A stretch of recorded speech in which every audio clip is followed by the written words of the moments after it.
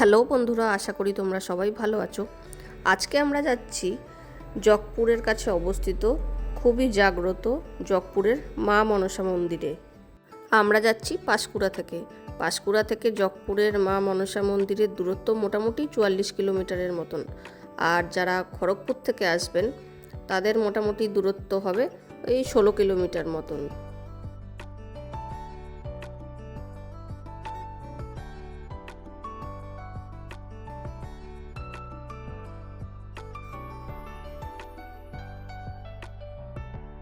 সাড়ে 400 বছর আগে জগপুরের রাজা যোগেশ্বর রায় এই মন্দিরটি নির্মাণ করেন।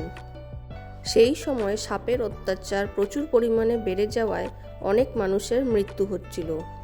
জমিদার বাবুকে মা মনসা তখন স্বপ্নে দেখা দেন এবং স্বপ্ন অনুসারে একটি মন্দির তৈরি করার কথা বলা হয় এবং মন্দিরটি ছাদ যেন খোলা থাকে সেরমভাবেই রাজামশাই স্বপ্নাদেশ পান।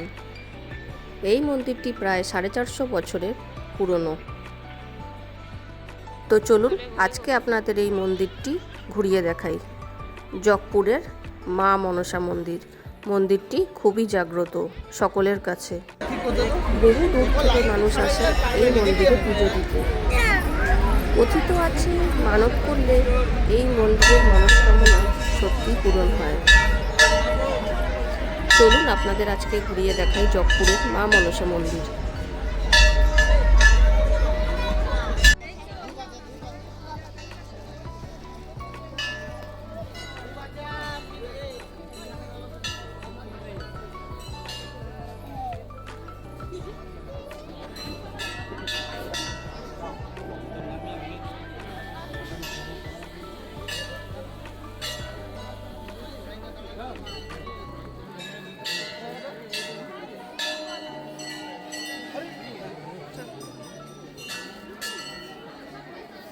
চলো।